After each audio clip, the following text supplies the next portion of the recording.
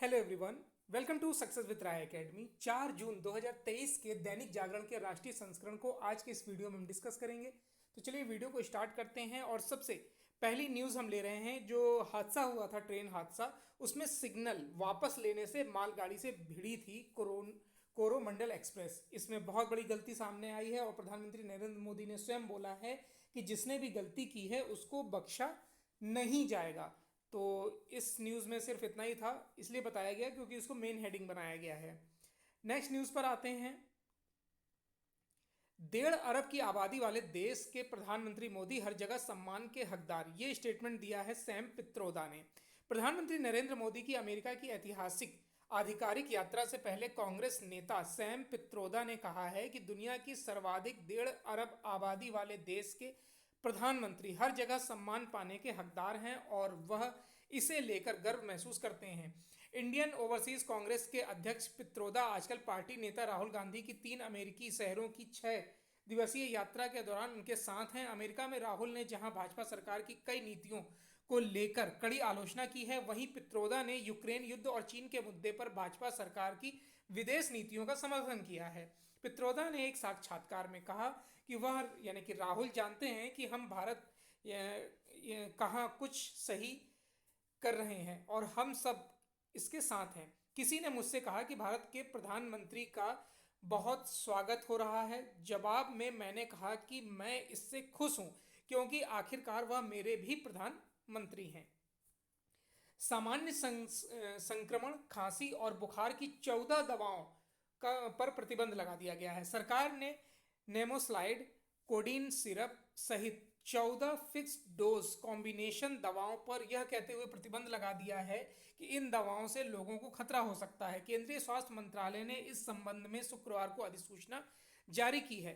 प्रतिबंधित दवाओं में सामान्य संक्रमण, खांसी और बुखार की दवाएं शामिल हैं।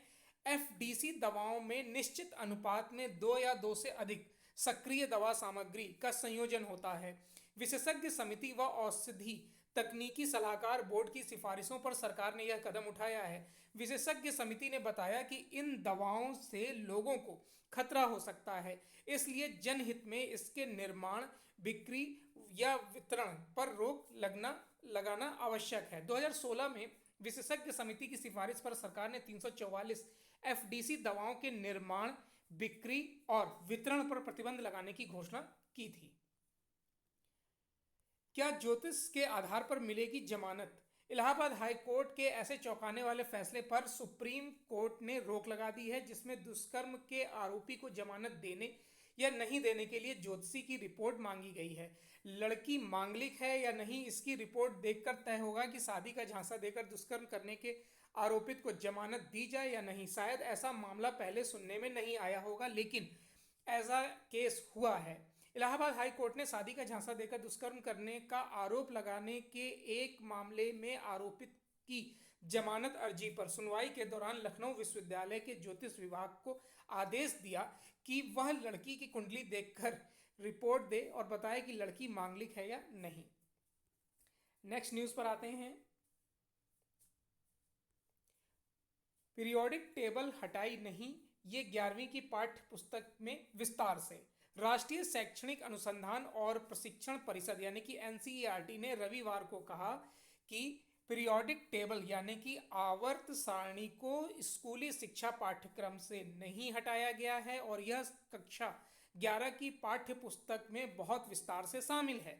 इस संबंध में एनसीईआरटी के आधिकारिक मीडिया हैंडल ने ट्विटर पर जानकारी साझा करते हुए कहा कि आवर्त सारणी वास्तव में इकाई 3 तत्वों का वर्गीकरण और गुणों में आवधिकता में बहुत विस्तार से उपलब्ध है। छात्रों पर बोझ को कम करने के लिए एनसीईआरटी ने तत्वों के आवधिक वर्गीकरण पर पूरा अध्याय, लोकतंत्र और विविधता पर एक पूरा अध्याय, लोकतंत्र की चुनौतियों पर एक पूरा अध्याय और राजनीतिक दलों पर एक पूरा पृष्ठ 10वीं की हाल ही में जारी पाठ्य पुस्तकों से हटा दिए थे।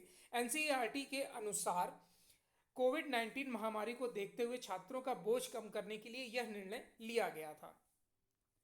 नेक्स्ट न्यूज है कि द्विपक्षीय रणनीतिक संबंधों को विस्तार देने पर होगी चर्चा।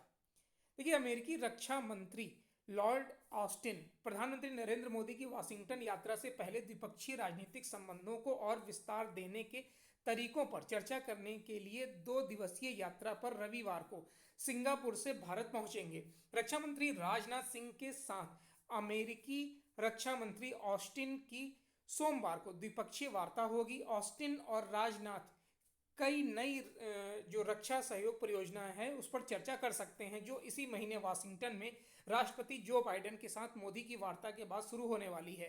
राजनाथ सिंह ऑस्टिन वार्ता में लड़ाकू विमानों के इंजनों के लिए भारत के साथ प्रौद्योगिकी साझा करने के जनरल इलेक्ट्रिकल के प्रस्ताव और अमेरिकी रक्षा company General Atomics Aeronautical Systems Inc से 3 अरब अमेरिकी डॉलर से अधिक की लागत से 30 MQ-9B सशस्त्र ड्रोन खरीदने की भारत की योजना पर भी बात हो सकती है।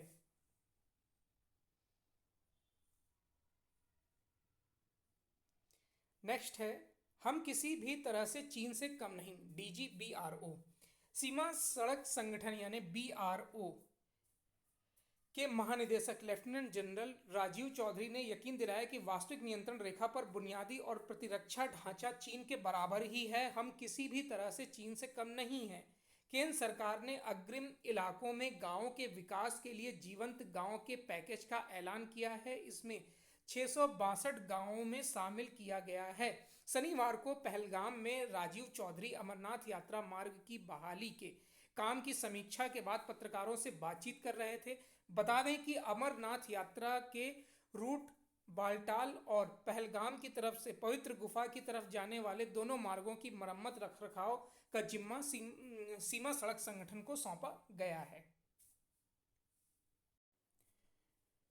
नेक्स्ट न्यूज़ है बिजनेस पेज से कि सप्लाई चेन समझौते से मैन्युफैक्चरिंग हब बनेगा भारत। देखिए, एशिया प्रशांत क्षेत्र यानी कि इंडो पैसिफिक में चीन के आर्थिक दबाव को खत्म करने के उद्देश्य से बनाए गए इंडो पैसिफिक इकोनॉमिक फ्रेमवर्क के बीच सप्लाई चेन के समझौते से भारत को कई फायदे मिलने जा रहे हैं। वाणिज्य व उद्योग मंत्रालय के मुताबिक IPEF के बीच होने वाले इस समझौते से भारत कई प्रमुख वस्तुओं का मैन्युफैक्चरिंग केंद्र बन सकता है। वहीं आत्मनिर्भर भारत व PLI स्कीम को प्रोत्साहन मिलने के साथ देश के MSME को भी इसका लाभ मिलने जा रहा है। पिछले सप्ताह ही IPEF से जुड़े देशों के बीच सप्लाई चेन को लेकर समझौता हुआ है। कोरोना काल के दौरान भरोसेमंद व पारदर्शी सप्लाई चेन को स्थापित करने के साथ एशिया प्रशांत क्षेत्र में चीन के अतिक्रमण पर रोक लगाने की जरूरत महसूस की गई है। इसके लिए वर्ष 2021 में IPEF की शुरुआत की गई है। FPI ने मई में किया 43,838 करोड़ का निवेश। विदेश पोर्टफोलियो निवेशकों यानी कि FPI ने मई में घरेलू बाजार में जमकर निवेश किया है। सिक्योरिटीज डिपॉजिटरी NSDL के आंकड़ों के अनुसार FPI ने पिछले महीने इक्विटी बाजार में 43,838 करोड़ रुपए का निवेश किया है। यह लगातार तीसरा महीना रहा जब FPI ने इक्विटी बाजार में शुद्ध रूप से निवेश किया है। 2023 के पहले 5 महीनों यानी जनवरी से मई के दौरान FPI के शुद्ध इक्विटी निवेश 29,259 करोड़ रुपए रहा है। जियोजित फाइनेंशियल सर्विसेज के मुख्य निवेशक रणनीतिकार VK विनोद कुमार का कहना है कि FPI ने पिछले महीने घरेलू बाजार में आक्रामक रूप से खरीदारी की है। खास बात यह रही कि FPI ने शेयर बाजार और प्राइमरी बाजार दोनों में खरीदारी की है। VK आनंद कुमार का कहना है कि सभी उभरते बाजारों में भारत ने पिछले महीने सबसे ज्यादा निवेश आकर्षित किया है। नेक्स्ट न्यूज़ है इंटरनेशनल पेज से। अमेरिका और चीन के बीच विवाद खत्म करने के लिए बातचीत जरूरी, ऑस्टिन।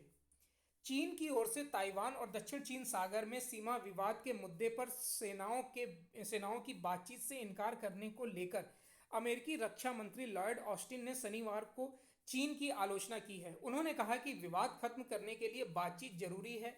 वह एशिया के सुरक्षा सम्मेलन सांग्री ला डायलॉग को संबोधित कर रहे थे। अमेरिकी विदेश मंत्री एंटनी ब्लिंकन की ओर से चीन की यात्रा रद्द किए जाने के बाद से ही दोनों देशों के बीच बातचीत बंद है। चीन के वरिष्ठ अधिकारी ने कहा कि बातचीत में रुकावट के लिए अमेरिका जिम्मेदार है, जिसमें चीनी अधिकारियों पर प्रतिबंध लगाया गया है और एशिया प्रशांत क्षेत्र की स्थिरता को सैन्य उपस्थिति से प्रभावित किया गया है। अमेरिका और चीन के बीच संबंध दशक के निचले स्तर पर हैं, कई मुद्दों पर विभाजित नजर आ रहे हैं, चाहे ताइवान की संप्रभुता का मामला हो, जासूसी या दक्षिण चीन सागर में सीमा विवाद रहा हो। नेक्स्ट न्यूज है कि भारतवंशी अजय बंगा विश्व बैंक के नए अध्यक्ष बने। भारतवंशी अजय बंगा ने शुक्रवार को विश्व बैंक के अध्यक्ष पद की जिम्मेदारी संभाल ली है। वह इस संस्था की अध्यक्षता करने वाले पहले भारतवंशी हैं। उन्होंने डेविड मालपास का स्थान लिया है। उन्होंने फरवरी में अपना पद छोड़ने की घोषणा की थी। विश्व बैंक के कार्यकारी निदेशक के 3 मई को बंगा का चयन किया था। वह इसके 14वें अध्यक्ष होंगे। उनका कार्यकाल 5 वर्ष का होगा।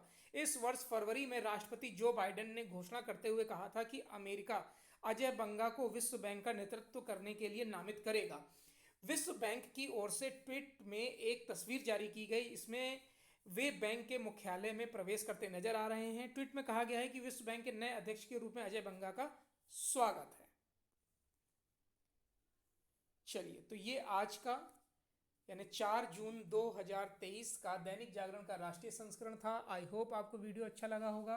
अगर वीडियो अच्छा लगा हो तो लाइक और शेयर कर दीजिएगा। वीडियो देखने के लिए धन्यवाद।